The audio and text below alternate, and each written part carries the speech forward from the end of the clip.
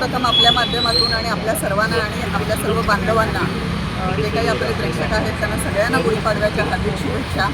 आम्ही आज इथं सिलेंडरची गुढी उभी केलेली आहे, कारण सध्याला सिलेंडरच्या तुटवड्यामुळे अन्न, वस्त्र, निवारा या मूलभूत सुविधेमधील अन्न जे आहे ते शिजवण्यासाठी खूप मुश्किल झालेलं आहे। लोकांना घरी सिलेंडर मिळत नाही आहेत। प्रत्येक गॅस एजन्सीच्या बाहेर रांगाच्या रांगा लागलेल्या आहेत, 2-2 किलोमीटरपर्यंतच्या रांगा आहेत, 3000-4000चं वेटिंग चालू आहे। आणि हे का उद्भवलं आहे तर आपण आता सरकारला दोष देण्यात पण काही अर्थ नाही आहे। आपण सगळेजण बघतोय की इराण आणि इस्रायल या दोन देशाच्या युद्धामुळे सगळेच देश भरडले जात आहेत। आणि हे देश भरडले जात आहेत का तर ह्याच्यात सगळ्यात महत्त्वाचं म्हणजे गॅस टंचाई होत आहे। आपण इतर कुठलीही टंचाई आपण सहन करू शकतो। एक वेळ पेट्रोल पंप नसेल, आपण घरात बसू, पेट्रोल पंप बंद असतील किंवा कोविडच्या पिरियडमध्ये आपण बघितलं सगळं काही बंद होतं, आपण सगळ्यांनी सहकार्य केलं, सगळेजण आपण घरी बसलो।